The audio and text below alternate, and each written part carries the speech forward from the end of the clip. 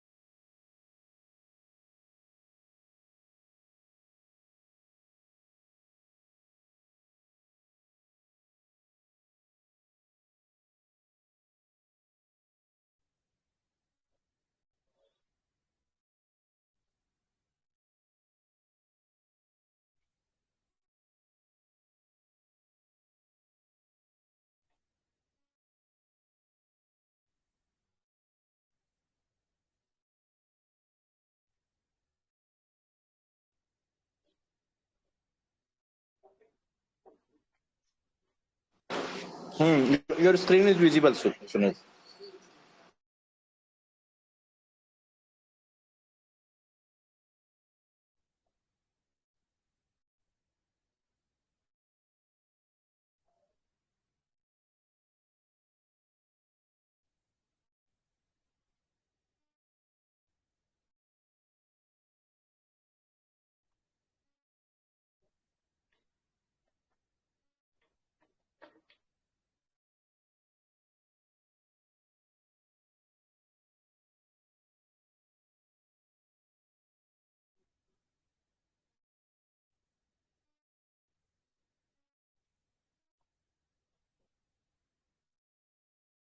Hello. I think we should start now. Are you guys able to hear me? हाँ भैया. So Sunil would be taking your class for Indian polity. The first lecture was taken by Anurag. So Sunil gives your intro. He has done his vision IS coaching and all thing. I think polity में उनके पास उस अच्छा experience भी है और वो best person है आपको पढ़ाने के लिए. So I think I should not take much time. Sunil, you can start with small intro of yours. If you and then you can join. और बाकी अगर किसी का कोई कल के क्लास से हो तो वो आप अनुराग से पूछ लीजिएगा. We would schedule a session with Anurag also. So for now, I think Sunil, you can take on. Okay, guys. I am Sunil Kumar. I am here now in CPS JNU. I am preparing for UPSC. So I will be taking some section of your polity. Today I will take 3 portion. Governor. Governor. Then let me display some PDF. Wait a minute. Fundamental rights, governor, fundamental duty. I won't be taking fundamental duties, DPSPs, state. I am living as of now state legislature and high courts. I will be taking it later. Okay. So I'm starting with fundamental right. You are guys hearing me? Hello. जी भैया. जी भैया बिल्कुल. Yeah. Okay. Fundamental rights. Fundamental rights जो है वो मैं bilingual रहूंगा. ठीक है. और पार्ट 3 में आता है इंडियन कॉन्स्टिट्यूशन के. और ये मैग्ना कार्टा ऑफ इंडिया इसे बोला जाता है फंडामेंटल राइट्स को. और ये जस्टिसेबल है. मतलब जस्टिसेबल मतलब कहने का मतलब कि बैक्ड बाय लॉ है. ठीक है. मतलब अगर आपका ये राइट्स वायलेट होता है तो आप लॉ कोर्ट विजिट कर सकते हैं आप इसे इन्फोर्स करने के लिए. और फंडामेंटल राइट्स को सोल ऑफ कॉन्स्टिट्यूशन कहा जाता है क्योंकि ये बेसिक ह्यूमन राइट्स, ठीक है। जो पार्ट 3 है वो आर्टिकल 12 से स्टार्ट होता है, ठीक है। आर्टिकल 12 कोई फंडामेंटल राइट्स है नहीं, बस एक डिफिनीशन है स्टेट का कि स्टेट के अंदर क्या क्या आता है, ठीक है। तो स्टेट क्या, वो स्टेट ही, और स्टेट के अंदर क्या क्या आता है, जैसे इसमें private bodies working for state, जैसे कौन कौन आता है, गवर्नमेंट ऑफ इंडिया, ठीक है, parliament, government of state, legislature of state, और all local authorities inside India या outside India but in control of government of India, ठीक है।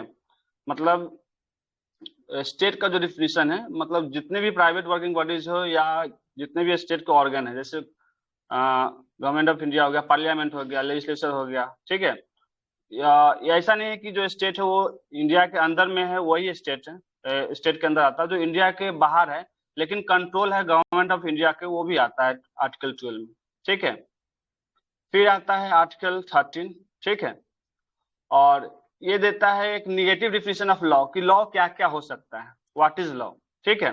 आर्टिकल 13 जो है वो निगेटिव डिफिनेशन देता है लॉ का कि लॉ क्या क्या हो सकता है, जैसे कोई भी ऑर्डर हो, लेजिस्लेशन हो, एक्शन हो, अमेंडमेंट हो, ठीक है, जो वायलेट्स करता हो, वायलेट्स, एब्रीज या कंट्राविंस करता हो पार्ट 3, कोई भी चीज part, hello, yes,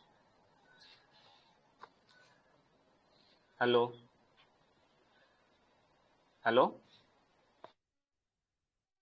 no hello, issue भैया। आवाज आ रही है, हेलो। जी जी Issue भैया, भैया। कंटिन्यू भैया, कंटिन्यू। तो आर्टिकल 3 जो है निगेटिव डिफिनेशन देता है लॉ का, ठीक है, कि कोई भी लॉ कब हो सकता है, जो अगर पार्ट 3 में जो लॉ है, ठीक है, कोई भी ऑर्डर, लेजिस्लेशन, एक्शन, अमेंडमेंट जो भी है वायलेट नहीं करता हो, एब्यूज नहीं करता हो, कंट्राविन नहीं करता, कुछ भी चीज पार्ट 3 का वो लॉ है, ठीक है।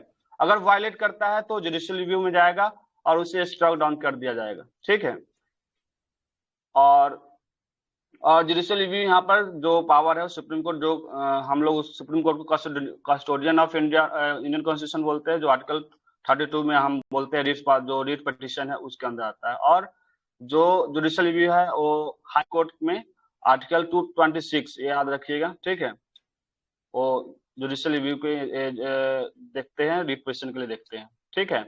तो यहाँ पर लॉ है, लॉ कितने तरह के हो सकते हैं, लॉ यहाँ पे तीन तरह के हो सकते हैं, परमानेंट लॉ, टेम्पोररी लॉ और स्टैट्यूटरी लॉ इंस्ट्रूमेंट, ठीक है। जैसे बाई लॉ हो गया, कुछ दिन के लिए जो हुआ, जैसे ऑर्डिनेंस है, ठीक है, वो हो गया। फिर यहाँ पे आता है, यहाँ पे जो नोट्स है वो थोड़ा हाई लेवल का नोट्स है, आपको उतना ज्यादा जरूरत नहीं है, ठीक है, पर मैं बता देता हूँ, ठीक है। तो यहाँ पे पहला, यहाँ अभी क्लास,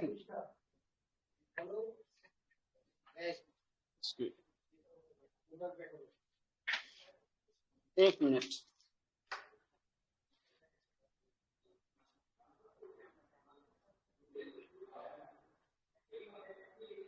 एक मिनट गाइस।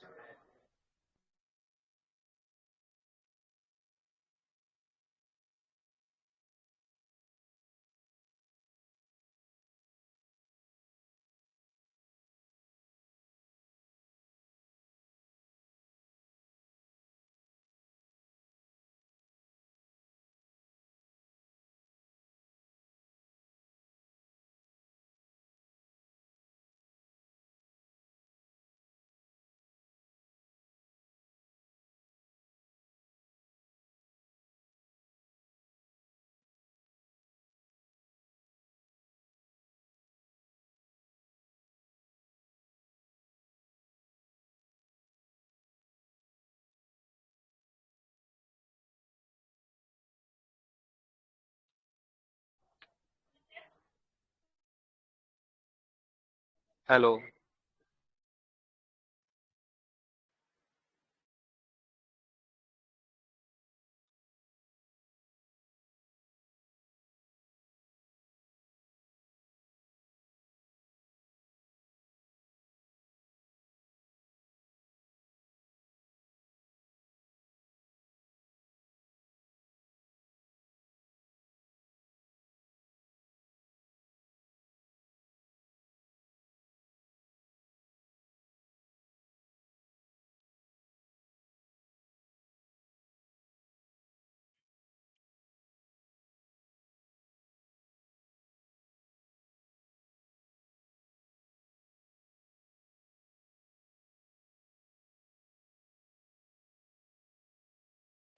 लेफ्ट हो गए क्या भाई? भाई ज्वाइन करेंगे, हो सकता है टाइम लगे उनको। हाँ ज्वाइन कर गए वो। Hello, sorry guys, sorry.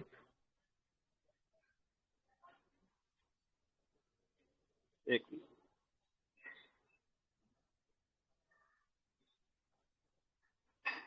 तो हम यहाँ थे, ठीक है। तो जब लॉ आया था तो यहाँ पे एक इनहेरेंट कॉन्ट्राडिक्शन था कि वेदर आर्टिकल 13 हैज अनलिमिटेड भैया पावर या। हाँ, भैया सॉरी टू इंटरप्ट भैया, थोड़ा सा ना अपना जो वो इमेज है ना उसको थोड़ा सा बड़ा कर लीजिए ना। हम लोग को मतलब मुझे बहुत छोटा और वो दिख रहा है, मतलब दिख नहीं रहा है साफ से। अच्छा। हाँ अब अब ठीक देख, है। अच्छा, I will share it. Okay. तो ठीक है पहला ठीक है। केशवानंद भारती केस आया यहाँ पे, तो यहाँ पे इनहेरेंट कॉन्फ्लिक्ट बता रहा है कि आर्टिकल 13 के पास अनलिमिटेड पावर है या आर्टिकल 368 के पावर की। आर्टिकल 368 के पावर कोई भी ऐसा पावर है जो कोई भी फंडामेंटल राइट्स को वो अमेंड कर सकता है। मतलब कौन सा सुपीरियर, आर्टिकल 13 या आर्टिकल 368? ठीक है, तो यहाँ पे इनहेरेंट कॉन्फ्लिक्ट आया इसमें। तो यहाँ पे उसके इसके लिए पहला कॉन्स्टिट्यूशनल अमेंडमेंट किया गया। ठीक है। तो यहाँ पे पहला कॉन्स्टिट्यूशनल अमेंडमेंट 1951 में state empower to make provision as. तो बोला गया कि अमेंडमेंट किया गया कि एक नया शेड्यूल लेकर आया गया यहाँ पे कि अगर अगर एग्रीकल्चर रिफॉर्म करना है, ठीक है, एग्रीकल्चर रिफॉर्म करना है या स्टेट को कुछ रिजर्वेशन देना है, तो वहाँ पे स्टेट कर सकता है, इम्पावर्ड है, वहाँ पे एक डिस्क्रिमिनेशन एक तरह से कर सकता है। ठीक है। लेकिन एग्रीकल्चर रिफॉर्म को जो भी लाया कि एग्रीकल्चर जो रिफॉर्म था वो एक तरीका से फंडामेंटल राइट्स को वायलेट कर रहा, तो इसीलिए 9 शेड्यूल में डाल दिया गया और एक प्रोटेक्शन दे दिया है कि 9 शेड्यूल में जो भी चीज डाल देते हैं तो अगर वायलेट भी करता है तो वो चलेगा। ठीक है, मतलब वो एक एक्सेप्शन डाल दिया, एक 9 शेड्यूल करके यहाँ पे एक्सेप्शन की तरह डाल दिया गया। ठीक है। तो यहाँ पर एक फिर जो है चैलेंज किया गया इससे शंकरी प्रसाद केस में। ठीक है, कि आर्टिकल 368 के पास अनलिमिटेड पावर है या आर्टिकल 13 के पास कि आर्टिकल 368 फंडामेंटल राइट वायलेट कर सकता है कि नहीं कर सकता है। तो यहाँ पर किसी के आर्टिकल 368 के फेवर में जजमेंट आया कि हाँ, जो फर्स्ट कॉन्स्टिट्यूशनल अमेंडमेंट है वो वैलिड है। ठीक है। फिर सिमिलरली 17 कॉन्स्टिट्यूशनल अमेंडमेंट 1964 में क्या हुआ कि acquisition of state by government किया गया, तो फिर इसको सज्जन सिंह वर्सेस राजस्थान में इसको चैलेंज किया गया। इसमें भी आया कि हाँ, आर्टिकल 368 जो है कोई भी फंडामेंटल राइट्स को अमेंड कर सकता है और इसको फिर से वैलिड बताया गया। ठीक है।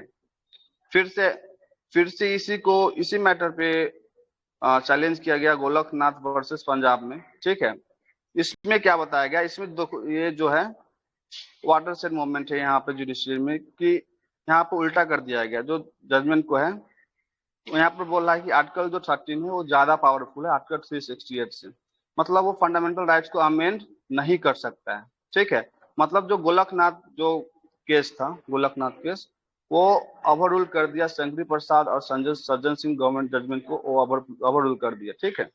और उसके बाद आता है यहाँ पर जो ओवर रूल करने के बाद इंदिरा गांधी रिएक्ट किए। यहाँ पर इंदिरा गांधी फिर से 24th कॉन्स्टिट्यूशनल अमेंडमेंट एक्ट लेकर आई और बोली कि वो कुछ भी 24 में बस एक इंदिरा गांधी का अपना प्रेस्टीज था, इसलिए 24 कॉन्स्टिट्यूशनल अमेंडमेंट लाकर कहा गया, उसमें बोली कि हाँ कुछ भी जो है nothing can affect amending power article 368। मतलब यहाँ पर इस जो अमेंडमेंट को हम लोग डेथ ऑफ डेमोक्रेसी मांग के चलते हैं। ठीक है। फिर आता है केशवानंद भारती केस। ठीक है। फिर उसमें आता है, उसमें बोला जाता है कि आर्टिकल 368 जो है वो अमेंड कर सकता है कुछ भी, लेकिन वो बेसिक स्ट्रक्चर डॉक्ट्रिन, ये जो है टर्म इसे याद रखिएगा, जो बीएसडी है, ठीक है, बेसिक स्ट्रक्चर डॉक्ट्रिन, उसको टच नहीं कर सकता। फिर आता है कि बेसिक स्ट्रक्चर डॉक्ट्रिन क्या है, तो इसको बोला जाता है कि इवॉल्विंग डॉक्ट्रिन, मतलब टाइम टू टाइम जो जजमेंट आएगा सुप्रीम कोर्ट का, हाई कोर्ट का, जो भी जजमेंट सुप्रीम कोर्ट आएगा वो ऐड होते जाएगा। ठीक है। तो यहाँ पर अब बोलता है कि आर्टिकल 368 जो है वो अमेंड कर सकता है कुछ भी चीज, लेकिन वो बेसिक स्ट्रक्चर डॉक्ट्रिन को टच नहीं कर सकता है। ठीक है। फिर आकर यहाँ पर चैलेंज हुआ मिनर्वा मिल केस में ये। ठीक है। मिनरवा मिल केस जो है वो बोलता है कि everything India is under judicial review. ठीक है। Hello hello. जी जी भैया, ठीक है, समझ में आ रहा है। फिर आता है आयर कोहलो केस 2009। ठीक है। और इसमें क्या किया है कि 9 शेड्यूल को चैलेंज कर दिया गया। ठीक है। कि जो भी लॉ को हम लोग फंडामेंटल क्या होता था कि फंडामेंटल राइट से बचाने के लिए वो जो भी लॉ आता था उसको 9 शेड्यूल में डाल प्रोटेक्शन में डाल दिया जाता था। ठीक है। तो वहां पर अब 9 शेड्यूल को चैलेंज कर दिया गया यहाँ पे। ठीक है। कि फिर इसमें जजमेंट क्या आता है कि जो भी लॉ है जो 24 अप्रैल 1973 के पहले का लॉ और 24 अप्रैल 1973 के बाद का है। ठीक है। जो पहले का है उसको हम प्रोटेक्ट कर सकते हैं अंडर जुडिशियल रिव्यू। जो 24 अप्रैल के बाद में जो लॉ बना है जो ऐड हुआ है उसको हम अप्लाई नहीं, जुडिशियल रिव्यू उसको अप्लाई नहीं कर सकते। ठीक है। हेलो जी जी भैया। हेलो। ठीक है। तो हाँ आयर जी। कोहलो केस क्या था? आयर कोहलो केस क्या था वो याद रखिए कि इसमें 9 शेड्यूल को चैलेंज किया गया था। ठीक है। और उसमें बताया गया था दो डेडलाइन, एक डेडलाइन दिया गया था कि 24 अप्रैल से पहले का लॉ और 24 अप्रैल के बाद का लॉ। 24 अप्रैल वाला प्रोटेक्ट हो सकता है अंडर जुडिशियल रिव्यू और 24 अप्रैल के बाद वाला नहीं हो सकता है। ठीक है। फिर आता है इक्वालिटी। ठीक है। ये जो कुछ ज्यादा मैंने ज्यादा अपने लेवल का बना रखा है नोट, तो जो मैं पढ़ा रहा हूँ उसी पे ध्यान दीजिएगा। ठीक है। फिर इक्वालिटी आता है। एक एक टर्म याद कीजिएगा, ये मोबाइल नंबर की तरह याद कर लीजिए इसे, कि आर्टिकल 15, 16, 18 सब क्लॉज 2, आर्टिकल 19, 29 और 30, ये जो है आर्टिकल वो सिर्फ इंडियन सिटीजन्स के लिए है। इसे नोट कर लीजिएगा कि आर्टिकल 15, 16, 18 सब क्लॉज 2, 19, 29 और 30 बस से इंडियन सिटीजन के लिए है। और आर्टिकल 14, 17, 18, 20, 21, 22, 23, 24, 25, 26, 27, 28 ये सभी पर्सन के लिए, वेदर ये फॉरेनर है या इंडियन है वैसे मैटर नहीं करता। ठीक है। फिर आर्टिकल 14 में क्या होता है? आर्टिकल 14 में क्या है? ये दो कंपोजिशन है इसमें। ठीक है। इक्वलिटी बिफोर लॉ जो कि निगेटिव है, ब्रिटिश डिफिनेशन है, और एक आता है इक्वल प्रोटेक्शन ऑफ लॉ जो अमेरिकन डिफिनेशन। ठीक है। दोनों को मिलाकर अमेरिकन जो इक्वल प्रोटेक्शन ऑफ लॉ है उसमें क्या बोला जाता है कि वहां पर रीजनेबल डिस्क्रिमिनेशन हम लोग कर सकते हैं। ठीक है। और आर्टिकल 14 को बेसिक स्ट्रक्चर डॉक्ट्रिन में डाला गया है इंदिरा सोनी जजमेंट में। ये जजमेंट याद रखिएगा कि 1992 I think Indira Sawhney judgement में इक्वालिटी को बेसिक स्ट्रक्चर डॉक्ट्रिन माना गया है। ठीक है। और इसको यहाँ पे इट्स प्रोविड्स क्लास लेजिस्लेशन, और बोला गया कि जो कि इंदिरा सोनी जजमेंट में रिजर्वेशन है बेसिकली, और रिजर्वेशन का बेसिस यहाँ पर कास्ट लिया गया था। ठीक है। रिजर्वेशन किस बेसिस पे था? तो कास्ट, मतलब कास्ट इज क्लास। ठीक है। इक्वालिटी जो है एक्सेप्शन कौन कौन सा है, किस किस पे काम नहीं करेगा? तो foreign heads of state, diplomats, high commission.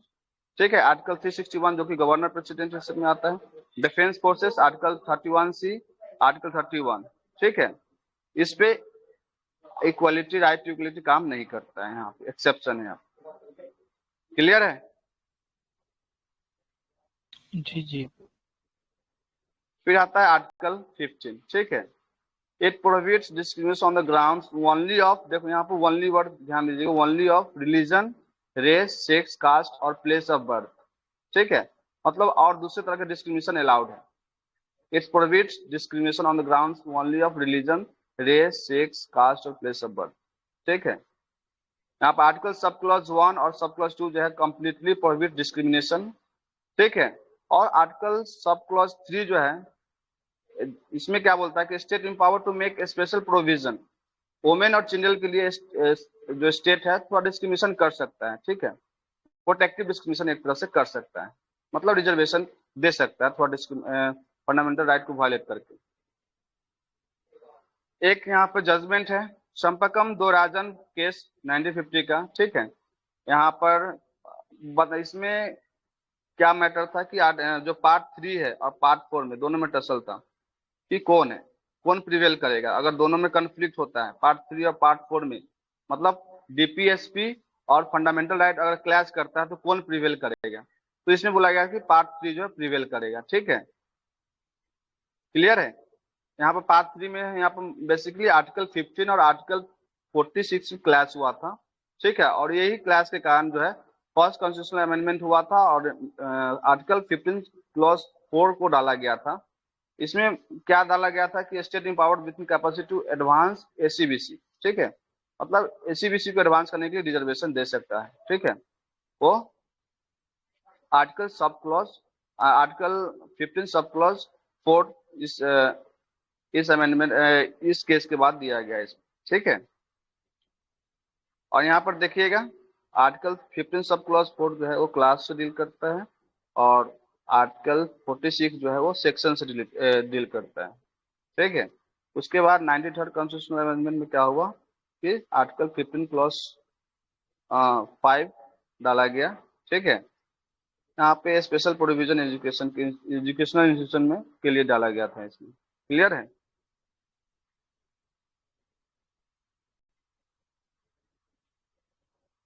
Are you guys clear here? हाँ हाँ जी।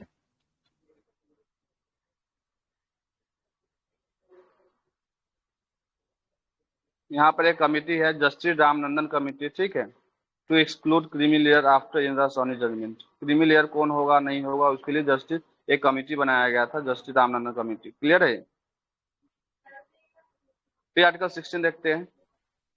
आर्टिकल 16 जो है equality of opportunity in matter of public employment, ठीक है। पब्लिक एम्प्लॉयमेंट में क्या इक्वालिटी ऑफ अपॉर्चुनिटी डील करता है, मतलब इससे क्या बताया गया है कि state shall not discriminate on the basis of race, religion, case, caste, sex, descent and place of birth, ठीक है। मतलब ये इक्वालिटी पॉजिटिव सेंस में हम माना गया इसमें, इसको हम बोल सकते हैं इक्वालिटी इन पॉजिटिव सेंस, ठीक है, इक्वालिटी ऑफ अपॉर्चुनिटी।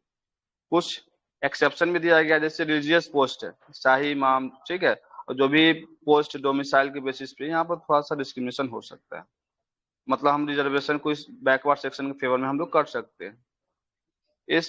इस मैटर में मंडल कमीशन आया था, ठीक है, मंडल जैसे शाही गवर्नमेंट में सेकेंड बैकवर्ड कमीशन आया, ठीक है, जैसे article 340 to investigate the condition of socially and educational backward class and suggest advancement, ठीक है। फिर टोटल रिजर्वेशन अमाउंट 50%, मतलब 50% से ज्यादा रिजर्वेशन नहीं हो सकता है। उसके बाद 7th कॉन्स्टिट्यूशनल अमेंडमेंट एक्ट 1972 जिसमें आर्टिकल 16 सब क्लॉज 4 को डाला गया, क्लियर है। फिर 77th कॉन्स्टिट्यूशनल अमेंडमेंट 1995 जिसमें रिजर्वेशन इन प्रमोशन को डाला गया, लेकिन इसको फिर बाद में हटा दिया गया था। यहाँ पर कॉन्स्टिट्यूशनल वैलिडिटी 27% रिजर्वेशन ओबीसी के लिए, कुछ कंडीशन भी डाल दिया गया था, जैसे वो क्रीमी लेयर में नहीं होना चाहिए, नॉन क्रीमी लेयर होना चाहिए, ठीक है। नो रिजर्वेशन इन प्रमोशन, ठीक है। रिजर्व कोटा जो है not more than 50%। Carry forward rule हो, मतलब जो बैकलॉग लगे वो फुलफिल होते जाए, मतलब पोस्ट बच जाता है अगर तो आगे में देखा जाए, आगे इस सब की जरूरत नहीं है। आर्टिकल 17 देखते हैं, ठीक है। आर्टिकल 17 जो है abolition of untouchability in all it's form, मतलब इसका कोई एक्सेप्शन नहीं है, ठीक है, और इसे बैक किया गया है पीसीआरए एक्ट, ठीक है, 1955। फिर SC/ST prevention of atrocity act 1989। सवाल यह है कि अनटचेबिलिटी को कॉन्स्टिट्यूशन में डिफाइन नहीं किया गया, लेकिन बहुत सारा इंडियन पिनल कोड हो गया, बहुत सारे लॉ के द्वारा बैक किया गया है, ठीक है। तो ये जो है ये स्टेट के अगेंस्ट भी और इंडिविजुअल के अगेंस्ट भी इसे इन्फोर्स किया जा सकता है, ठीक है। और यहाँ पर एक ट्रिविया है कि अगर आर्टिकल 17 के अंदर अगर कन्विक्टेड है तो आप कभी भी इलेक्शन नहीं लड़ सकते पार्लियामेंट स्टेट के लिए। फिर आर्टिकल 18 में देखिए ये एबोलिशन ऑफ टाइटल्स है, जो कि डायनेस्टिक नेचर है उससे डील करता है। जो भी title academic, merit, military title ये सब अलाउड है, ठीक है, कोई भी सिटीजन हो, एनीबॉडी, सिटीजन हो या फॉरेनर हो, यहाँ पर ध्यान दीजिएगा, या सिटीजन हो या फॉरेनर, यहाँ पर टाइटल अलाउड नहीं है, आप टाइटल नहीं ले सकते। ठीक है, हेलो।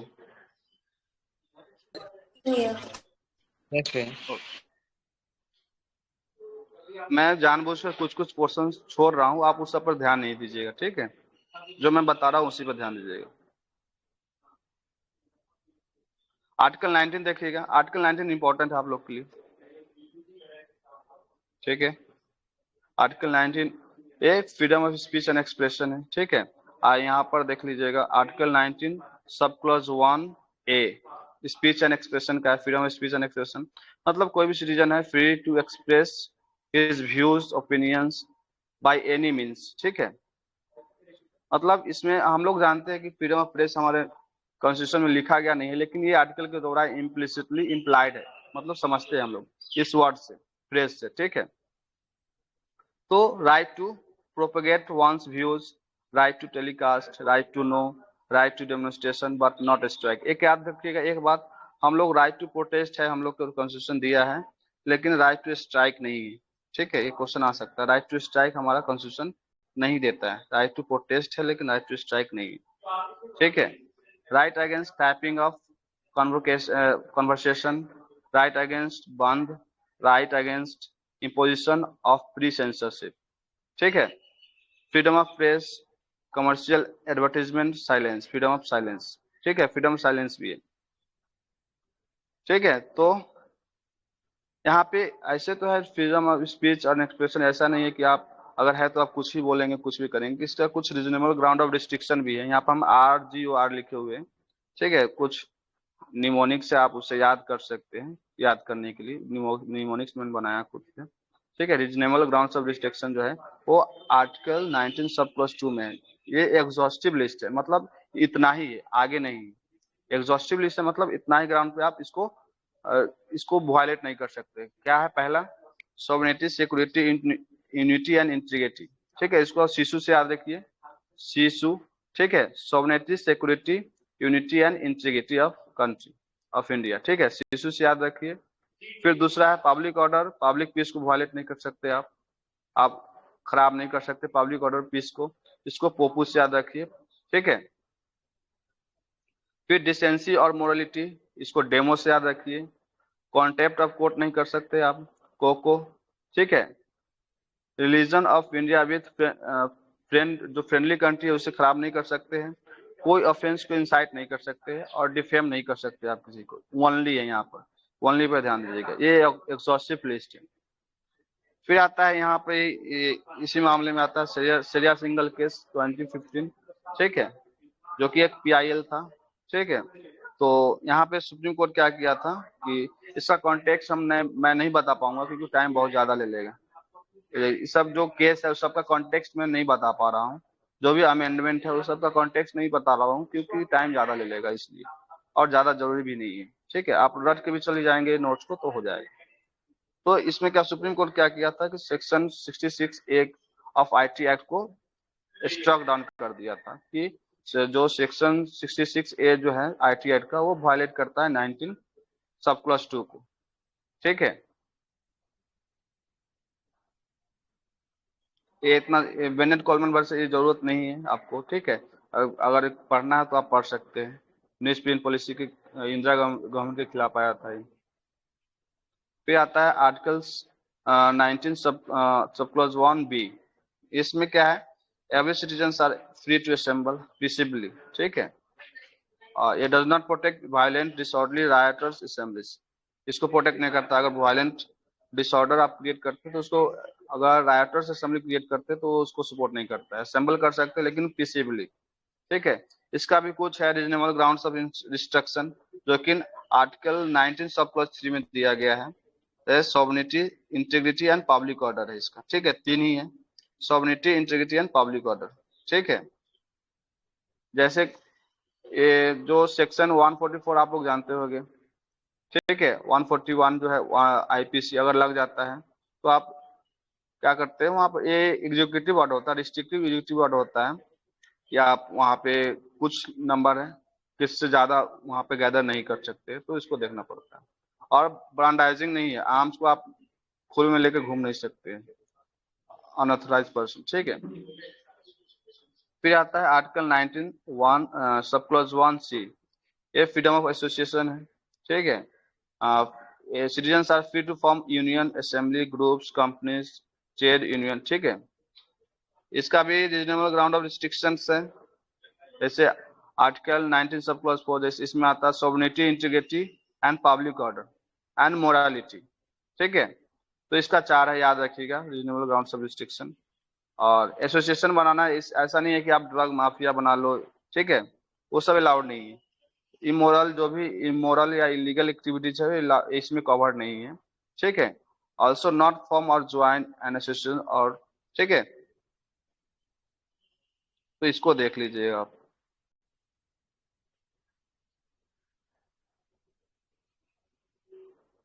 फिर आर्टिकल 19(1)D में देखिए फ्रीडम ऑफ मूवमेंट है, ठीक है। इसमें भी reasonable ground of restriction 19 sub clause 5 में दिया गया है, ये ठीक है। इसको थोड़ा सा और जूम कर दीजिए ना, थोड़ा सा।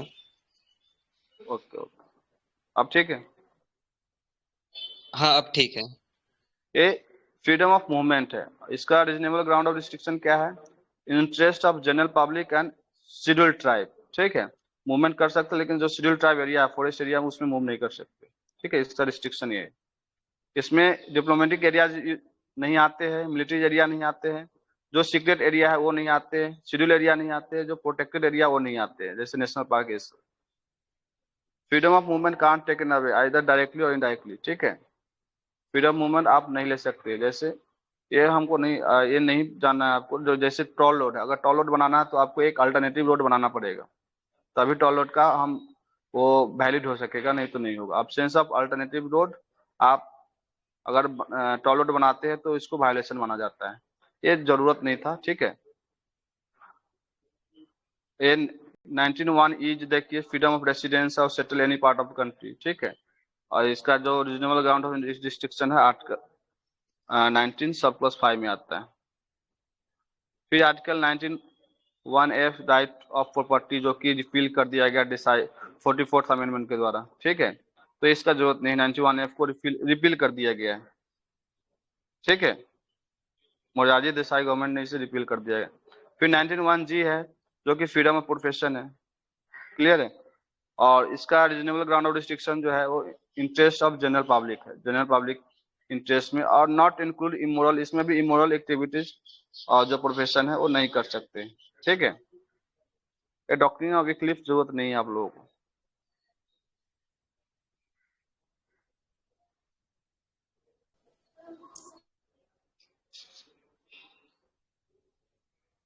आर्टिकल 22 देखिएगा, ठीक है। आर्टिकल 21 हम देखेंगे, पहले आर्टिकल 22 देखिए, 21 हम देखेंगे। आर्टिकल 22 में देखिए ये प्रोटेक्शन अगेंस्ट आर्बिट्री अरेस्ट और डिटेंशन है, ठीक है।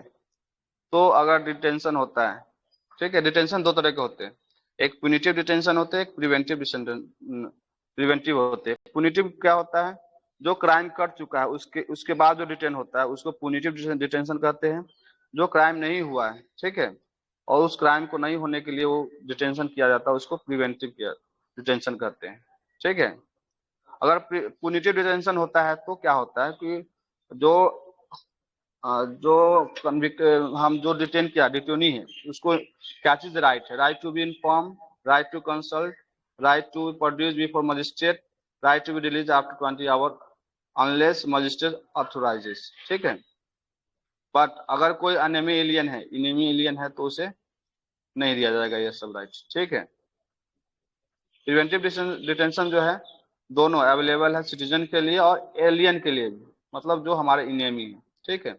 लेकिन हम ज़्यादा से ज़्यादा 3 महीना तक और प्रिवेंटिव डिटेंशन को एक्सटेंड कर सकते हैं, और जब तक कोई एडवाइजरी बोर्ड ना बैठे उसके लिए, अगर सब्सिस्टेंट कॉज है तो आगे भी बढ़ा सकते हैं।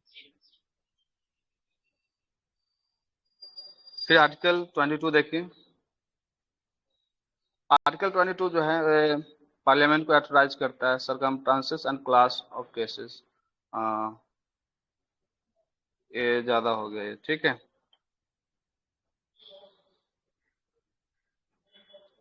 तो कुछ पार्लियामेंट को एक्सक्लूसिव अथॉरिटी दे दिया गया है कि आप लॉ बना सकते हैं प्रिवेंटिव डिटेंशन में, जैसे सिक्योरिटी के लिए, डिफेंस के लिए, फॉरेन अफेयर्स के लिए।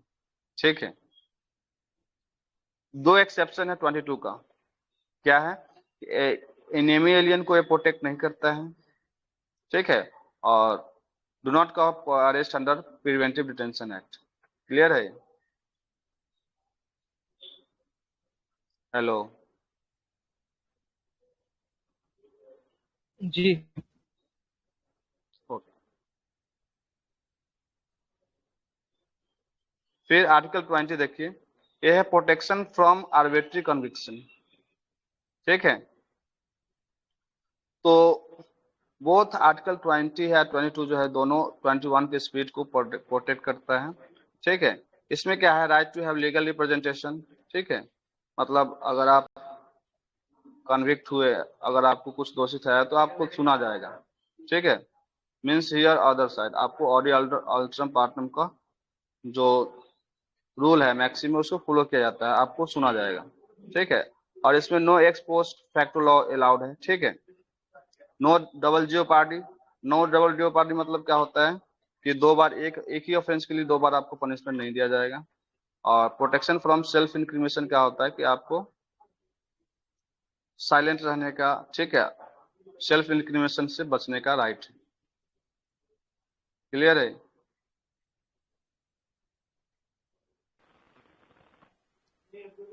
हेलो,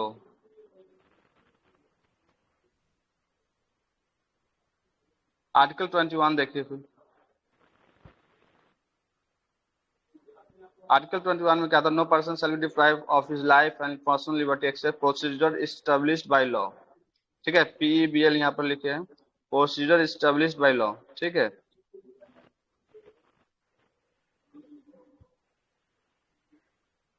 हेलो, जी जी, आवाज आ रही? आवाज आ रही पर दिख नहीं रही। आवाज आ रही। दिख रही है अब? हाँ, अब दिख रही है थोड़ा थोड़ा।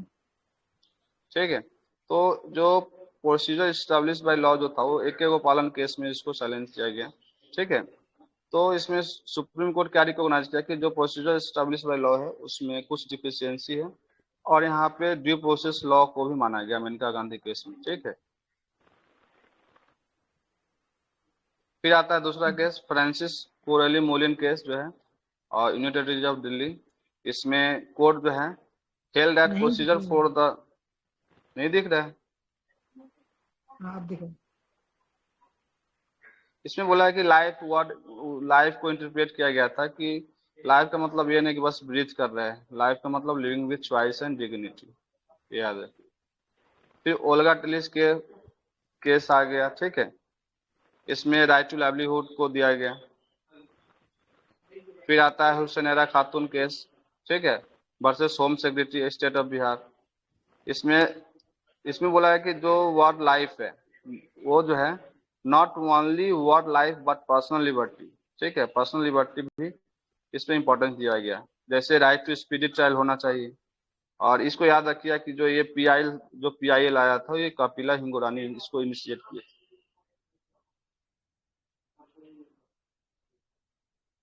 ये सब केस बहुत इंपॉर्टेंट है। ठीक है, सफीन जहां वर्सेस अशोक केम। ठीक है, हादिया कैसी बोलते हैं, इसमें लव जिहाद केस है ये। यहाँ पर सुप्रीम कोर्ट बोला था राइट टू फेट है। ठीक है, राइट टू मैरिज है, तो पर्सनल चॉइस होता है। फिर आता है केस पुट्टा स्वामी जजमेंट जो कि आधार जजमेंट भी है। राइट टू प्राइवेसी यहाँ पर बताया गया। ठीक है, बस राइट टू प्राइवेसी याद रखिएगा यहाँ पे। और यहाँ पे ट्रिपल टेस्ट का बात किया गया था। Right to privacy triple test क्या है कि उसमें लेजिटिमेट एम होना चाहिए, प्रोपोर्शनलिटी होना चाहिए, ज्यादा लोगों को कवर करना चाहिए, और लीगलिटी होना चाहिए। ठीक है, ट्रिपल टेस्ट याद रखिएगा। अरुणा संभा केस यहाँ पर देखिएगा, right to die with dignity, ये बस इतना याद रखिएगा। मतलब एक्टिव यूथनेसिया अगर देते हैं, ठीक है, मारने के लिए दवा, वो अलाउड नहीं है। पैसिव यूथनेसिया मतलब लाइफ सपोर्ट ऐसा हटाकर जान ले सकते हैं। ठीक है, right to die with dignity. फिर आर्टिकल 23 देखिएगा, provision of traffic in human beings and force labour. ठीक है, deals with provision of trafficking, जो बेगार होता है और इसको स्टैट्यूटरी लॉ से बैक मिला है, ठीक है। जैसे मिनिमम वेज एक्ट अगर करते हो तो ये लगेगा, इमोरल ट्रैफिकिंग एक्ट, ठीक है, जो बोथ आर्टिकल 17 और 23 है, दोनों के पास स्टैट्यूटरी बैकिंग है, ठीक है। कुछ एक्सेप्शन है। It permits state to impose compulsory service, ठीक है, जैसे social service for which it is not bound to pay. State आपको इम्पोज कर सकते हैं, जैसे रिगरस इम्प्रेजमेंट हो गया, ठीक है, इसमें मिनिमम वेज लाया गया। रिगरस इम्प्रेजमेंट में भी अब पैसा मिलता है, जो जेल में जाता है वो काम करता है उसको, ठीक है। State is not permitted to make any discrimination on grounds only of religion. State जो है religion, race, caste, sex, class के बेसिस पे आप डिस्क्रिमिनेशन नहीं कर सकते यहाँ पे, ठीक है।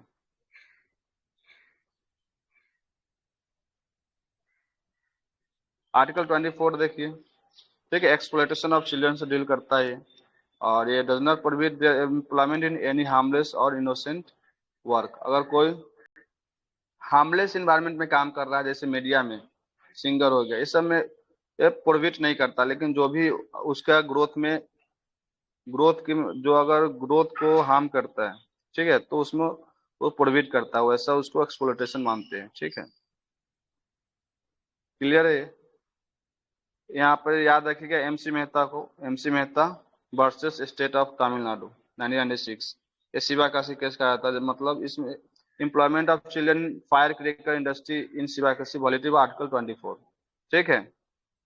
फिर आता है Gaurav Jain case, there is duty of state to protect the family of prostitute from any stigma, ठीक है। फिर आर्टिकल 25 आता है right to freedom of religion, ठीक है। All person are equally entitled to freedom of conscience and right to freely profess, practice and propagate religion. मतलब सभी लोग इक्वली इंटाइटल है अपना कॉन्साइंस, मतलब जो भी मानते हैं वो मान सकते हैं, प्रोफेस कर सकते हैं, प्रैक्टिस कर सकते हैं, फैला सकते हैं, लेकिन आप इसमें किसी को कन्वर्ट नहीं करा सकते फोर्सली, ठीक है, ध्यान रखिए। यहाँ पर कुछ रिस्ट्रिक्शन है, subject to public order, morality, health and other provision relating to fundamental rights, ठीक है। State is permitted to regulate और restrict any economic, financial, political और secular activity, provide for social welfare and reform.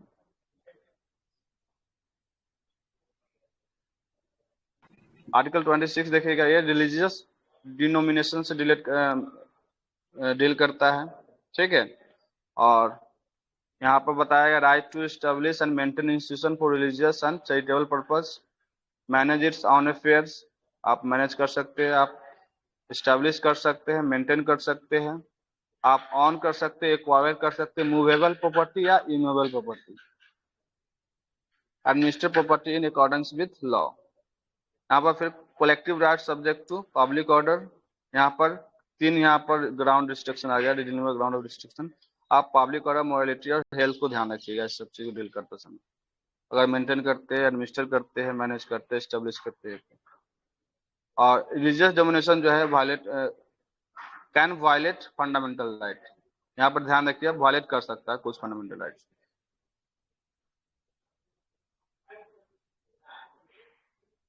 यहाँ पर Sabarimala case देख लीजिएगा, Indian young lower association versus Kerala, ठीक है।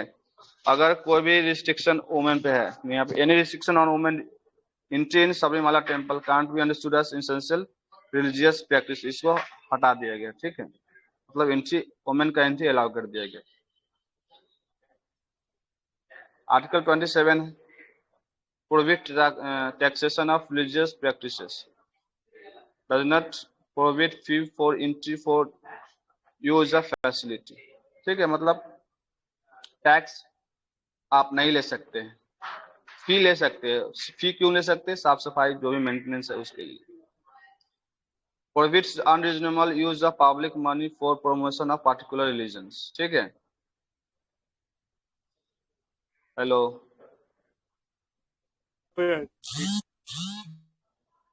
ठीक।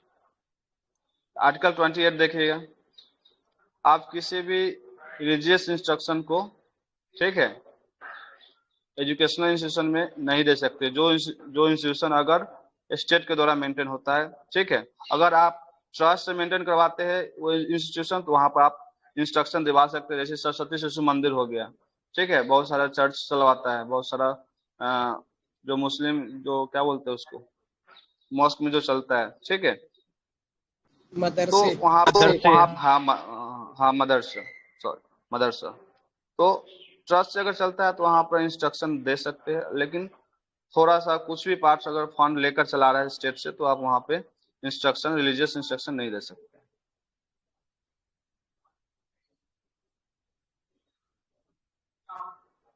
यहाँ पर आर्टिकल 29 देखिए, कोई भी सिटीजन है, ठीक है, residing provide that any section of the citizens residing any part of the India having a distinct language, script or culture of its own shall have right to conserve the same। कोई भी language है, script है, ठीक है, तो आप उसको culture है उसको आप सेव कर सकते हैं, कंजर्व कर सकते हैं, उसका राइट।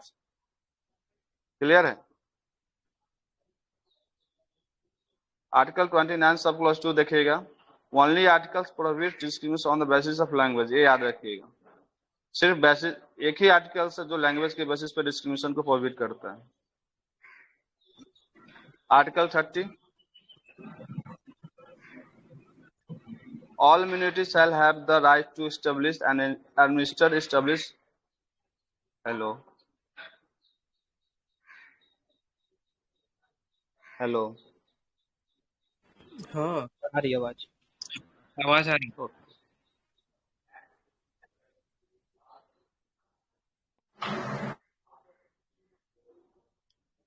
आर्टिकल 30 देखिए, all minorities shall have the right to establish and administer educational institution of the, किसी का माइक खुला हुआ है, तो यहाँ पर बोला कि जितने भी मिनोरिटीज हैं, ठीक है, वो एजुकेशनल इंस्टीट्यूशन एस्टेब्लिश कर सकते हैं, एडमिनिस्टर कर सकते हैं, अपना चॉइस, ठीक है। बस इसका आर्टिकल का ध्यान रखिएगा। तो सर क्या मेजॉरिटी वाले नहीं कर सकते हैं इंस्टीट्यूशंस को? नहीं, मेजोरिटी वाले भी तो करते ही है, ठीक है, माइनॉरिटी के रिगार्डिंग यहाँ पर दिया गया। Okay sir. फिर आता है राइट टू कॉन्स्टिट्यूशनल रिमेडीज, ठीक है। यहाँ है आर्टिकल 32 आता है right to get for fundamental right protected, मतलब राइट टू फंडामेंटल राइट बोल सकते हैं, फंडामेंटल राइट को प्रोटेक्ट करने का राइट, ठीक है। यहाँ पर रिट्स पिटीशन आते हैं, मतलब दो लोगों में, मतलब दो चीज में, मान लो ए और बी में डिस्प्यूट होता है, लीगल डिस्प्यूट, तो थर्ड पार्टी उसको डिसाइड करता है प्रिंसिपल ऑफ नेचुरल जस्टिस के द्वारा, कि जो थर्ड पार्टी होगा जो जस्टिस देगा वो अनइंटरेस्टेड, अनबायस्ड होना चाहिए, ठीक है। थर्ड पार्टी को हम कोर्ट लेकर चलते हैं, ठीक है। तो यहाँ पर देखिए article 33, 34, 35 not protected under protection of article 32। Article 32 के अंदर नहीं आता है, कौन कौन? आर्टिकल 33, 34, 35। अंबेडकर आर्टिकल 32 को क्या बोले थे? सोल ऑफ कॉन्स्टिट्यूशन, ठीक है। कोर्ट है पावर ऑफ जुडिशियल रिव्यू। यहाँ इसमें 4 प्रोविजन है, ठीक है, अगर वायलेट होता है। Right to move supreme court, supreme court है power to issue writs, parliament can empower any other court to issue writs, orders, directions. President can suspend right to move in any court for enforcement of fundamental rights. Article 359, ठीक है। Supreme court के यहाँ पर defender as well as grantor of fundamental right लिया गया है, ठीक है। एक बार समझा दीजिएगा फिर से। क्या? कौन सा? सर ये जो president can suspend right, decision है सर ये जो चारों आपने ये बताए हैं प्रोविजंस, इसमें अच्छा था प्रोविजन है। हाँ, तो right to move supreme court, ठीक है, पहला तो ये हो गया। सुप्रीम कोर्ट है power to issue writs issue कर सकता है, ठीक है। पार्लियामेंट किसी को भी एम्पावर कर सकता है कोर्ट्स को कि आप ये रिट्स ये इश्यू कीजिए, ऑर्डर कीजिए डायरेक्शन पे, ठीक है, ये हो गया। फिर चौथा ये है कि president can suspend right to move in any court. President भी है, वो कोर्ट में मूव करने के लिए वो सस्पेंड कर सकता है कि आप फंडामेंटल राइट नहीं है आपको, ठीक है। वैसे यहाँ पर वीटो डिस्क्रिशनल पावर प्रेसिडेंट का, फोर्थ वाला, कि आप नहीं जा सकते हैं फंडामेंटल राइट के इन्फोर्समेंट के लिए किसी भी कोर्ट में अप्रोच नहीं कर सकते, ठीक है। Okay sir. यहाँ पर टाइप्स ऑफ रिट्स देखिए, पहला है हैबियस कॉर्पस, दूसरा मैंडामस, ठीक है, प्रोविजन, सर्चरी। तो नोट्स बहुत अच्छा है यहाँ पे, ठीक है। हैबियस कॉर्पस का मतलब क्या होता है, बस आगे का 2 लाइन देख लीजिएगा। टू हैव द बॉडी, ठीक है, मतलब ये अगेंस्ट स्टेट होता है, ठीक है, जो कि हिस्सेनेरा खातून हो गया ये वाला, ठीक है, जो कि पब्लिक अथॉरिटी के खिलाफ होता है, ठीक है। ये पब्लिक अथॉरिटीज और as well as private individual के खिलाफ भी हम लोग अगर किसी के, ठीक है, लिबर्टी अगर खतरे में जा रहा है तो इशू हो सकता है, ठीक है। यहाँ पर कहाँ इशू नहीं हो सकता है, अगर डिटेंशन अगर किया गया है, अगर लॉफुल डिटेंशन है तो नहीं किया जाएगा। Contempt of legislature of court हो गया, डिटेंशन बाय कॉम्पिटेंट कोर्ट, अगर कोर्ट बोला है डिटेंशन करने के लिए तब इशू रीट वैलिड है, ठीक है।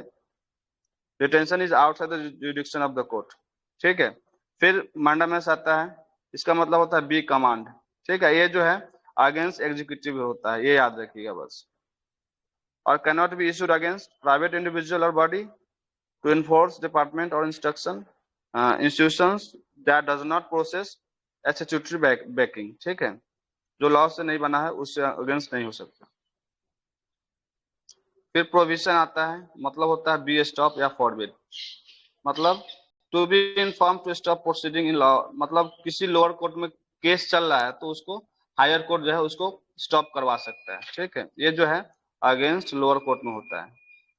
फिर आता है सर्चरी, मतलब होता है to be certified, to be inform, ठीक है, ये जो है कोई जजमेंट मिल गया है उसको, उसके बाद आता है, ये बहुत प्रिवेंटिव होता है, क्यूरेटिव होता है, जो हायर कोर्ट जो है वो लोअर कोर्ट के जजमेंट को पास करता है, खत्म करता है और अपना जजमेंट लेता है।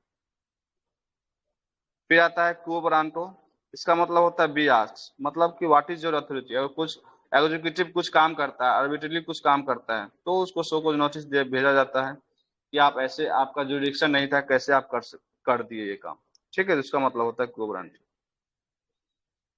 और ये क्वो ब्रांटो जो एग्रीड पर्सन वही नहीं, दूसरे लोग भी कर सकते हैं। आर्टिकल 33, 34, 35 जरूरत नहीं, बस देख लीजिएगा, ठीक है। बस ये जो आर्टिकल 32 है, 33, 34, 35 जो है एक्सेप्शन है फंडामेंटल राइट्स का, ये देख लीजिएगा।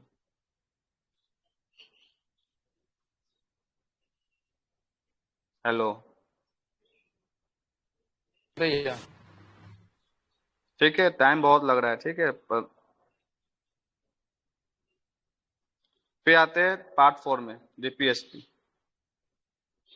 देखिए ये क्वेश्चन आता है इंस्पायर्ड फ्रॉम आयरलैंड, ठीक है, सोशियो इकोनॉमिक राइट्स है, वेलफेयर स्टेट बताता, इसी से लिया गया है। ये नॉन जस्टिसेबल है, मतलब आप इसे इन्फोर्स नहीं करवा सकते हैं। अंबेडकर बोले हैं डीपीएसपी को, क्या बोले हैं, नोवेल फीचर बोले हैं, इंस्ट्रूमेंट ऑफ इंस्ट्रक्शन, ठीक है, ये स्टेट के लिए एक तरह से इंस्ट्रक्शन है, ये स्टेट कहाँ कहाँ कैसे काम करना है, एक स्टेट डीपीएसपी देखकर काम करता है, ठीक है। ऑस्टिन क्या, ग्रेमिनियल ऑस्टिन क्या बोले हैं, कॉन्साइंस ऑफ द कॉन्स्टिट्यूशन बोले हैं। कृष्णचारी क्या बोले हैं, ए वेरिटेबल डस्टबिन ऑफ सेंटिमेंट्स। कैसीबियर क्या बोले हैं, manifesto of AIIMS and aspiration. Jennings क्या बोले हैं, पायोसियस एस्पिरेशन।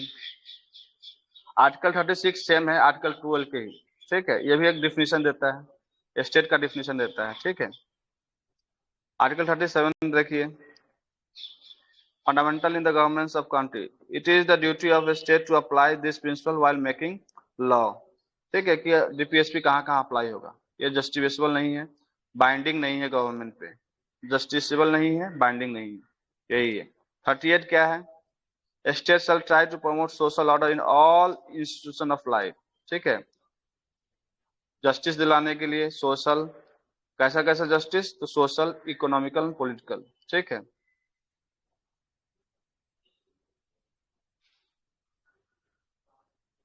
आर्टिकल 39 इसका 39 सोशलिस्ट ऑब्जेक्टिव है, ठीक है। 39F देखिएगा यहाँ पर, opportunity for healthy development of children, added by 42nd constitutional amendment. Article 39 क्या क्या आता है यहाँ पर देख लीजिएगा, A, B, C सब करके हम दे दिए हैं, ठीक है।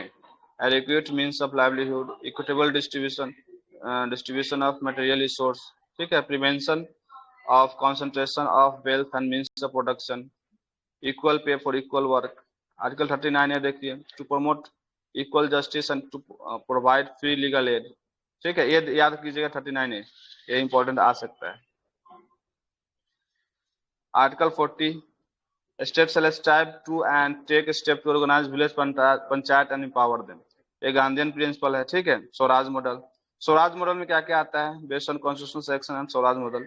स्वराज मतलब swaraj, freedom, freedom from foreign rule, gram swaraj. फिर आता है इसी मॉडल पे 73rd कॉन्स्टिट्यूशनल अमेंडमेंट 1992 लाया गया, ठीक है, जिसमें क्या किया गया कि ग्राम पंचायत लाया गया। आर्टिकल 243 एंड आर्टिकल 243 से 240 तक ग्राम पंचायत है, याद रखिएगा, आता है क्वेश्चन, पूछा भी गया था पिछली बार। आर्टिकल 243 से 243 तक 9 शेड्यूल में डाला गया। ये जो ग्राम पंचायत है वो 9 शेड्यूल में आता है। फिर आता है आर्टिकल 41, ये राइट टू वर्क है, right to education and public assistance, ठीक है। जैसे मनरेगा हो गया, skill India campaign, Atal pension Yojana, ये सब इसी के अंदर आया। आर्टिकल 42 देखिएगा, state shall provide just and human condition of life, जैसे मैटरनिटी रिलीफ हो गया ये सब।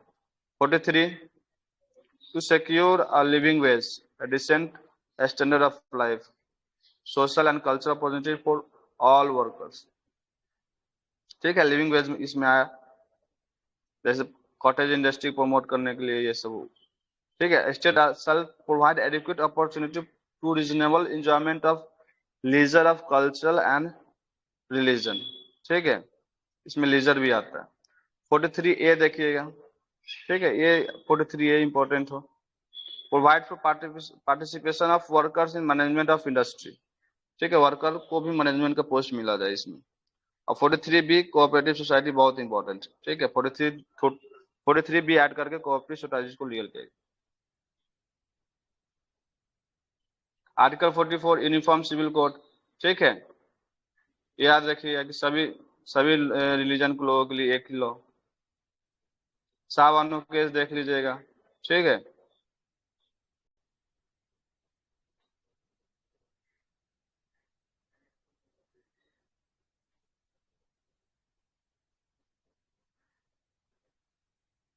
आर्टिकल 45 है, free and compulsory education to all.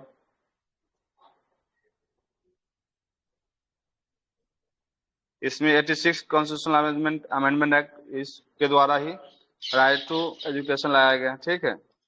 और आर्टिकल 21A जोड़ा गया, क्लियर है।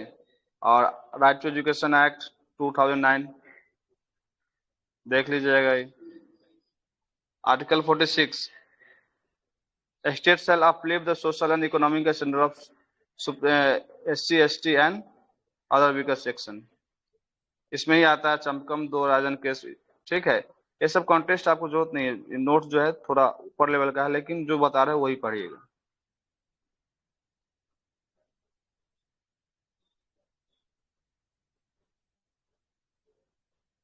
फिर आर्टिकल 47 देखिएगा, to raise the level of nutrition, raise the standard of living, improve public health, prohibit consumption of intoxicants and drugs. Article 48 to prohibit the slaughter of cows, calves and other males and draught cattle to improve their breeds, ठीक है। जो slaughter होता है cow का, ठीक है, उस सबको प्रोटेक्शन के लिए state shall endeavor to organize agriculture and animal husbandry on scientific line। 48A देख लीजिएगा, जो कि 42nd कॉन्स्टिट्यूशनल अमेंडमेंट से लाया गया था। State shall states shall protect and improve environment and safeguard forest and wildlife.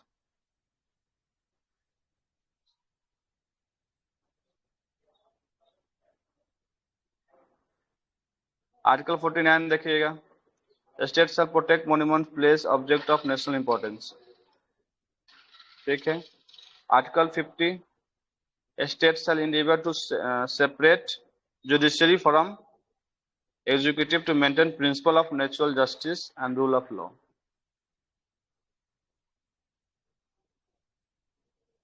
Hello, आप सुन पा रहे हैं आप लोग? सर ठीक है, तो अब ये फंडामेंटल राइट्स और डीपीएसपी खत्म हो गई, और जो मैं जो बताया हूँ जो इम्पोर्टेंट है वही पढ़िएगा, क्योंकि ये नोट जो है थोड़ा आगे लेवल का है, और अगर टाइम मिलता है आपको तो पढ़ सकते हैं, ठीक है।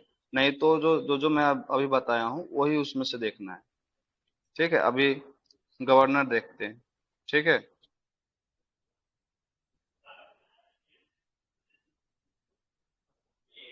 स्टार्ट करें? यस भैया। तो गवर्नर देखिएगा, देख सर पा रहे हैं? फंडामेंटल भी तो है। फंडामेंटल ड्यूटी मैंने पहले क्लास शुरू होने से पहले बता दिया कि छोटा सा टॉपिक है, मैं बता दूंगा। Okay sir. आर्टिकल 153 टू 167 में आता है गवर्नर, ये पार्ट 6 में आता है स्टेट एग्जीक्यूटिव, ठीक है। Governor is chief executive head of state, इसको एजेंट बोलते हैं हम लोग। Governor also act as agent of central government, ठीक है। यहाँ पर देखिए 7 कॉन्स्टिट्यूशनल अमेंडमेंट एक्ट है, या ये इंपॉर्टेंट है, मार्क करते चले। अगर आपके पास बुक है लक्ष्मीकांत का तो आप खोल कर बैठ सकते हैं, ठीक है। 7th कॉन्स्टिट्यूशनल अमेंडमेंट एक्ट, ठीक है, मतलब एक ही पर्सन 2 राज्य का गवर्नर बन सकते हैं। और यहाँ पर देखिएगा, बहुत यहाँ पे आप लोग पता कीजिएगा कि प्रेसिडेंट किसको किसको अंडर हिज हैंड और सील वो ब्रांड के द्वारा वो अपॉइंट करते हैं, ठीक है। एक गवर्नर को करते हैं, लेकिन और भी पता कर लीजिए कि appointed by president bye warrant under his hand and seal, ठीक है, डायरेक्ट। किसको किसको करते हो याद रख, नोट बना लीजिएगा, क्योंकि आ सकता है। प्रेसिडेंट अपॉइंट करता है, ठीक है।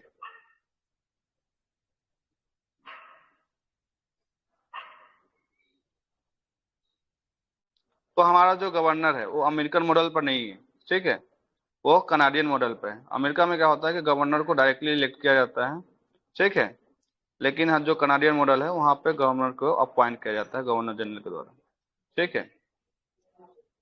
क्वालिफिकेशन क्या होना चाहिए? सिटीजन ऑफ इंडिया होना चाहिए, 35 एज होना चाहिए। 2 कन्वेंशन है कि जो गवर्नर बना रहे हो वो आउटसाइडर होना चाहिए, ठीक है।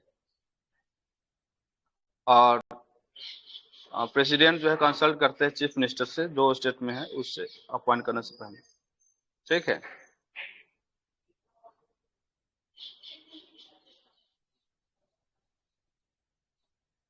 हम बता रहे हैं कि लक्ष्मीकांत को कैसे पढ़ना है, ठीक है। जैसे मैंने जो हाईलाइट कर रखा है, ठीक है, क्या क्या इंपॉर्टेंट है, समझ रहे हैं आप लोग? Hello, yes sir. जी भैया। ठीक ठीक।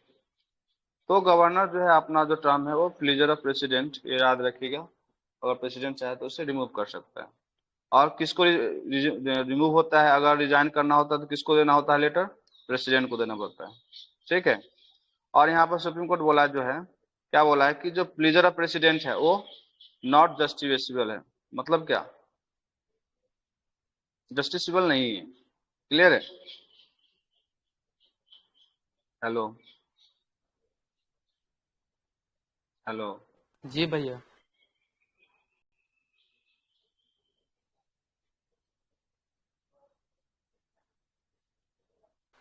तो यहाँ पे भैया प्रेसिडेंट जो है, कंटिन्यू यहाँ पे प्रेसिडेंट जो है ट्रांसफर कर सकते हैं, ठीक है।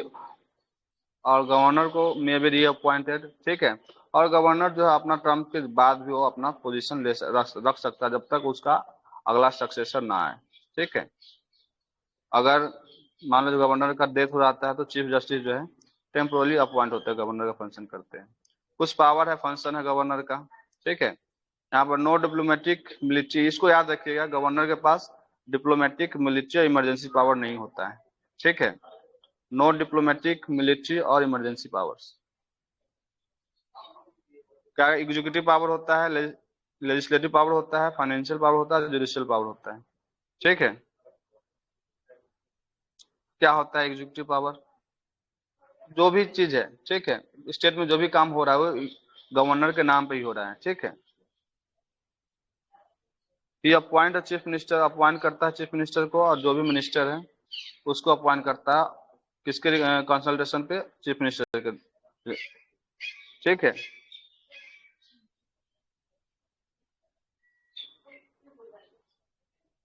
एडवोकेट जनरल ऑफ स्टेट को भी अपॉइंट करता है, ठीक है। और जो एडवोकेट जनरल होता है वो अपना ऑफिस होल्ड करता है during the period of governor, ठीक है, और जब तक गवर्नर चाह रहा है तब तक।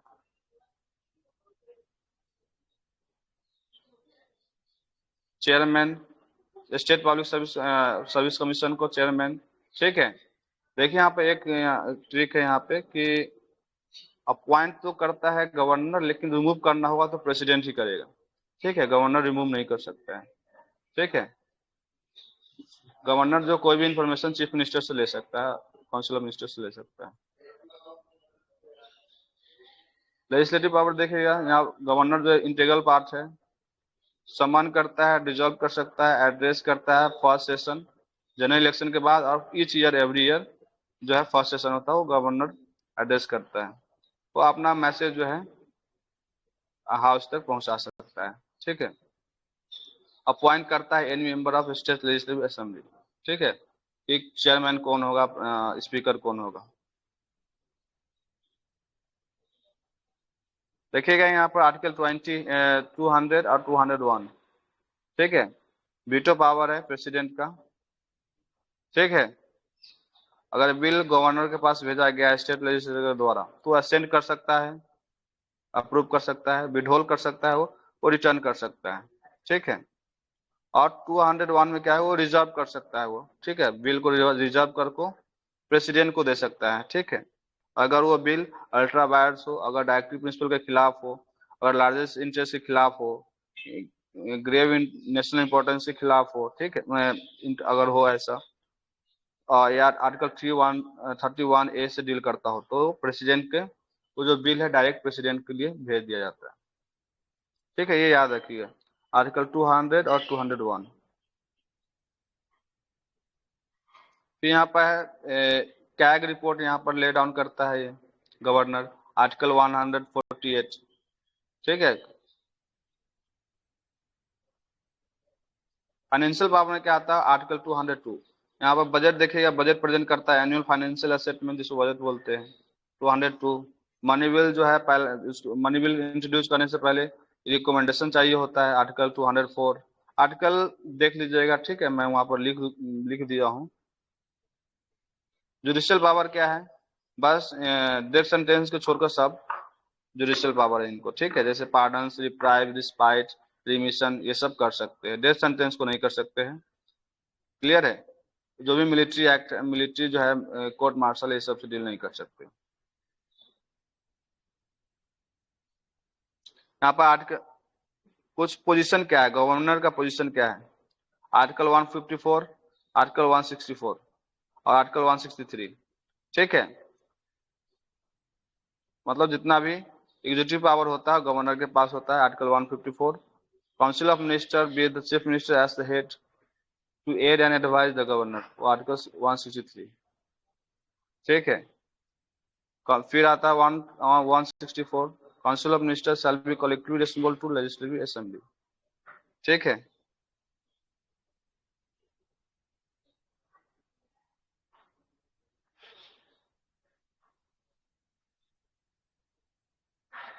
गवर्नर क्लियर है, जो जो अंडरलाइन हाईलाइटेड पोर्शन है उसको बस देख लीजिए। हेलो, ओके भैया। ठीक। फिर चीफ मिनिस्टर आता है, ठीक है। गवर्नर जो होता है वो डी जीरो हेड होता है, एग्जीक्यूटिव होता है, ठीक है। तो चीफ मिनिस्टर होता है डी फैक्टो एग्जीक्यूटिव होता है, मतलब डी फैक्टो मतलब रियल, और डी ज़ीरो मतलब नॉमिनल, ठीक है। आर्टिकल 164 जो है वो कॉन्स्टिट्यूशन का क्या बोलता है कि there should be a chief minister that shall be appointed by governor, ठीक है। ये देख लीजिएगा 164।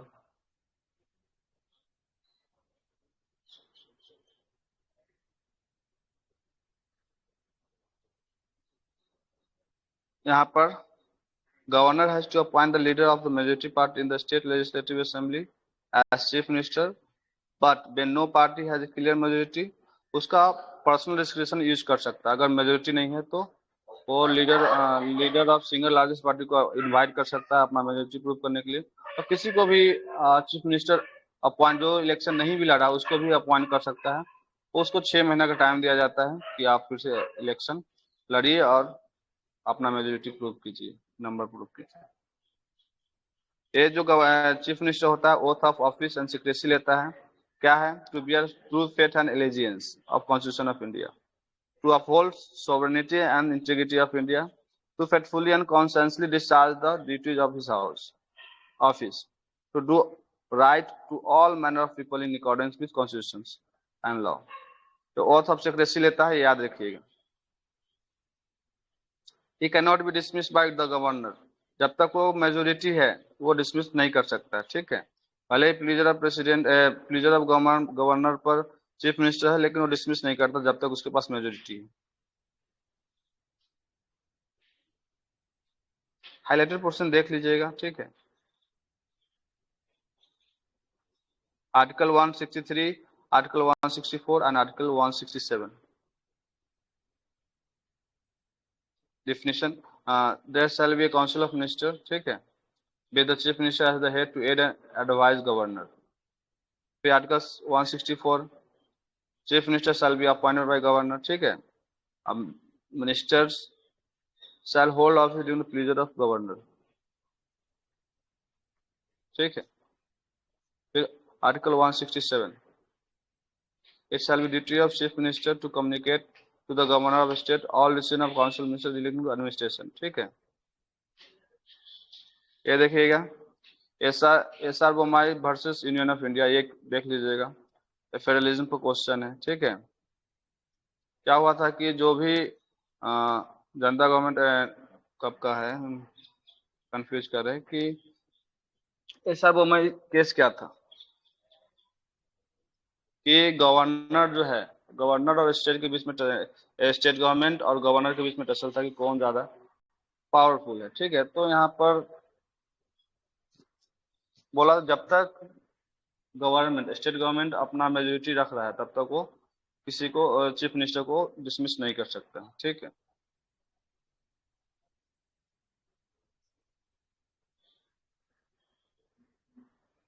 ये था चीफ मिनिस्टर, ठीक है। हाइलाइटेड पोर्शन देख लीजिएगा, वो काफी होगा। एक बार अगर गो थ्रू कर लिए है तो हाइलाइटेड पोर्शन को बस याद कर सकते हैं, ठीक है। फिर स्टेट काउंसिल ऑफ मिनिस्टर देखिए, आर्टिकल 163 डील करता है स्टेट काउंसिल ऑफ मिनिस्टर से, ठीक है। आर्टिकल 164 डील करता है अपॉइंटमेंट, टेनर, रेस्पॉन्सिबिलिटी, क्वालिफिकेशन और सैलरी अलाउंस ऑफ मिनिस्टर्स, ठीक है। तो देख लीजिएगा 164 और 163।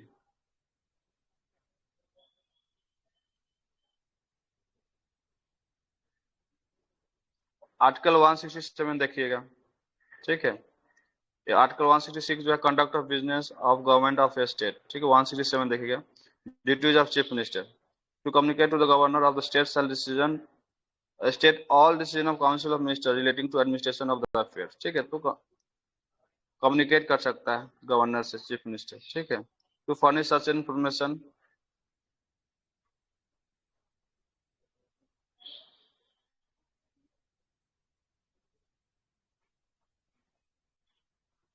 यहाँ पर ओथ एंड सैलरी देख लीजिएगा, ये भी सीक्रेसी का ओथ लेते हैं, ठीक है। To bear true faith and allegiance, to uphold the sovereignty and integrity of India, to faithfully and conscientiously discharge the duties of the office, ठीक है। और याद रखिए कि जो काउंसिल ऑफ मिनिस्टर होते हैं वो इंडिविजुअली और कोलेक्टिवली रेस्पॉन्सिबल होते हैं गवर्नर को। ठीक है, हेलो हेलो Yes, भैया। Okay. ठीक है, तो जो हाईलाइटेड पोर्शन ज्यादा कुछ करने की जरूरत नहीं है, जो हाईलाइटेड पोर्शन है उसको देखिएगा। ठीक है, जो हाईलाइटेड जो याद करना है अगर, तो जो हाईलाइटेड पोर्शन है उसी को याद कीजिएगा। पूरा वर्ड सेंटेंस वाइज याद करने की जरूरत नहीं है, निमोनिक्स बनाइए। ठीक है, जो वर्ड्स है वर्ड्स के द्वारा याद कीजिए इसको। यहाँ पर अमेंडमेंट बहुत सारा है। अमेंडमेंट तो ऐसे 105 अमेंडमेंट है, लेकिन कुछ कुछ अमेंडमेंट है उसको रट जाना है। ठीक है, क्योंकि कम से कम अमेंडमेंट से 3-4 क्वेश्चन आएंगे। ठीक है, तो जो जो आप अगर बुक है आपके पास तो टिक लगा लीजिए कौन कौन अमेंडमेंट को देखना है। ठीक है, Okay. तो अमेंडमेंट, पहला अमेंडमेंट बहुत ज्यादा इंपॉर्टेंट है। ठीक है, हम आप लोग पढ़ लीजिएगा कि मैं बताऊं इसे? थोड़ा सा बस एक्सप्लेन कर दीजिए उसको, ज्यादा नहीं मैं करना। टिक करवा देता हूँ इसे। ठीक है, क्या इंपॉर्टेंट है, कौन कौन अमेंडमेंट इंपॉर्टेंट है, उसी बस देखिएगा, आगे कुछ देखने की जरूरत नहीं है। ठीक है, Okay. हेलो, Okay, भैया। फर्स्ट अमेंडमेंट एक्ट देख लीजिए, उसमें टिक मार लीजिएगा। ठीक है, ये इंपॉर्टेंट है। फिर 7th वाला, आप लोग नोट कर लीजिए कौन कौन, ऐसे मैं शेयर कर दूंगा। फर्स्ट, उसके बाद 7th, ठीक है, 8 number, 9th, 15th, 16th, 17th, 25th, 26 पिछले साल आया था। ठीक है, तो आगे पीछे का देख लीजिएगा। 26, 25th, 27th, 28, 31st, 33rd, फिर 38, 40, 42nd, 42nd बहुत अच्छा से देखिएगा। ठीक है, हेलो, Okay, भैया। 42nd और 44th अच्छा से देखिएगा। फर्स्ट अच्छा से देखिएगा। ठीक है, जो जो हाईलाइटेड पोर्शन है, जो जो हम मार्क करवा रहे हैं उसको अच्छा से देखिए। 44th, फिर उसके बाद 52nd,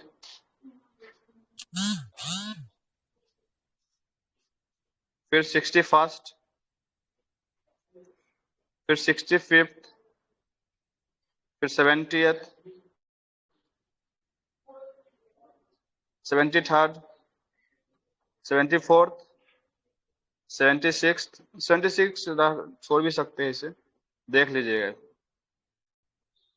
84th, 85th, 86th अच्छा से देख लीजिएगा। 91st, 93rd, 97,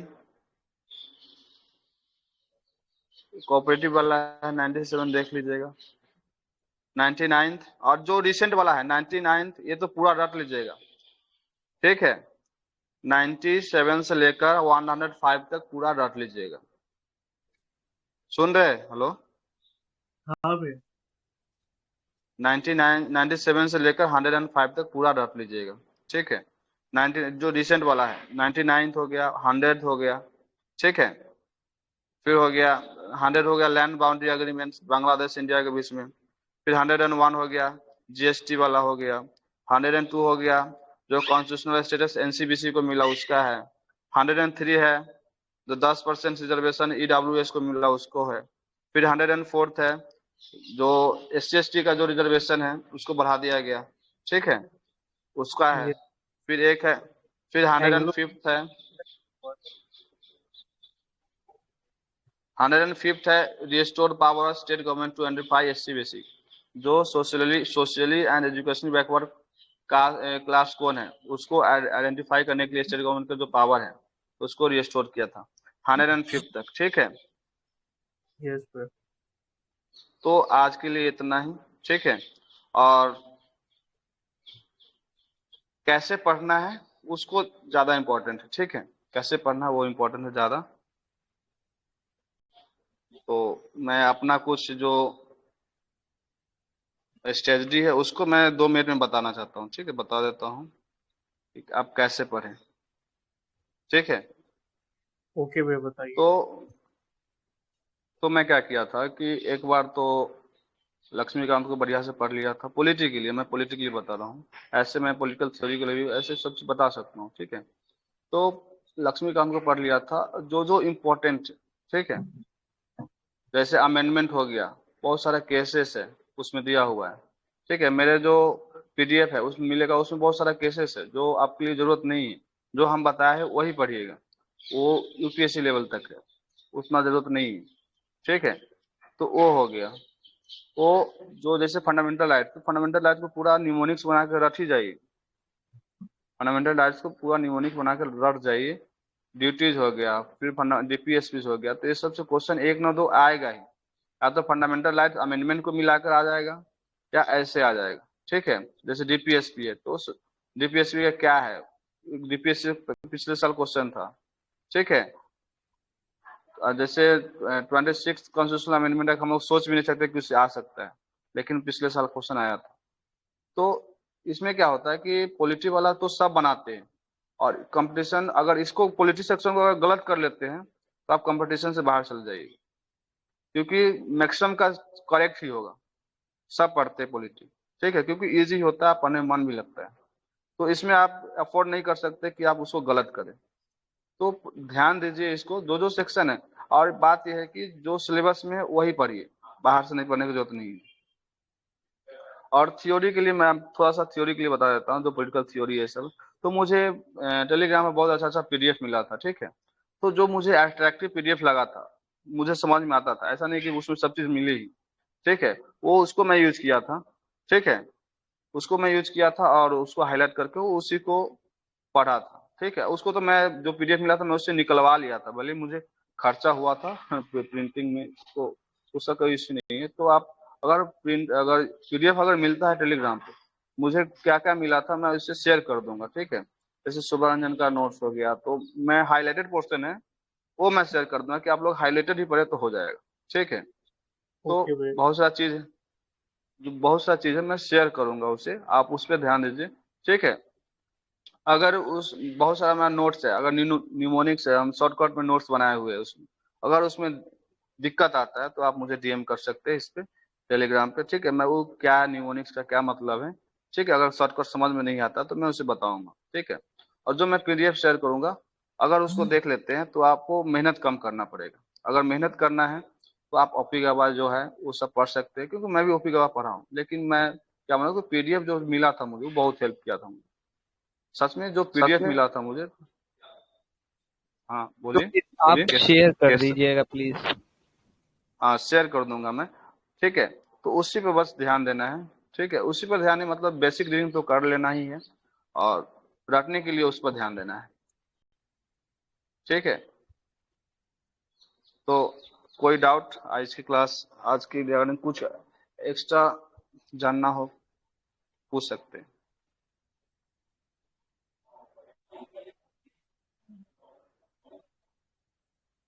hello. अगर हेलो। आगे कोई डाउट होगा मैं ग्रुप में मैसेज कर दूंगा हाँ रिगार्डिंग। हाँ, ठीक है, आप मैसेज कर सकते हैं।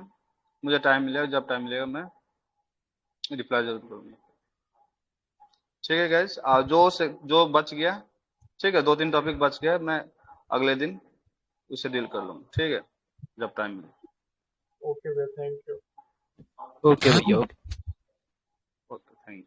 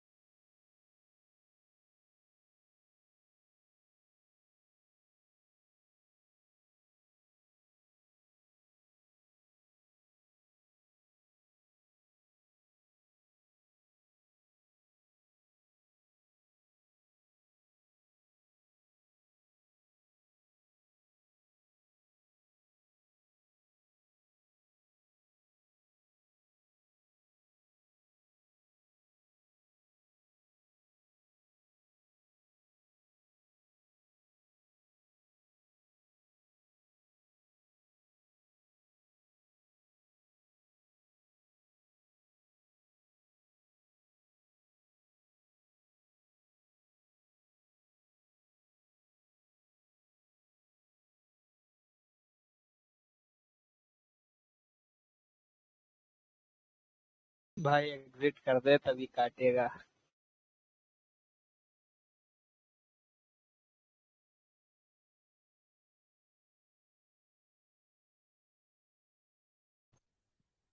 क्लास खत्म हो गया। हो गया भाई, ये हो गया। भाई नहीं, डिस्कशन हो चाहिए क्यों? शेड्यूल देखा तो शेड्यूल परसों हाँ देखा। शेड्यूल में है ना, वो मेरे ख्याल से डिस्कशन है, क्या है वो, टेस्ट है कि मॉक है? क्या? शेड्यूल शेयर हुआ ना, उसमें मॉक है कि वो है, डिस्कशन है जो भैया ने किया है। क्लास में नहीं था मैं आज।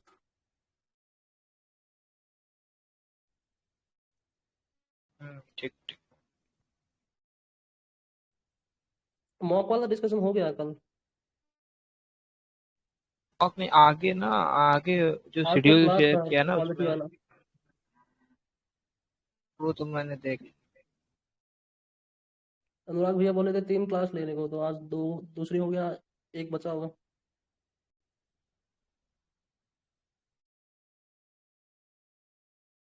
चलो ठीक ठीक।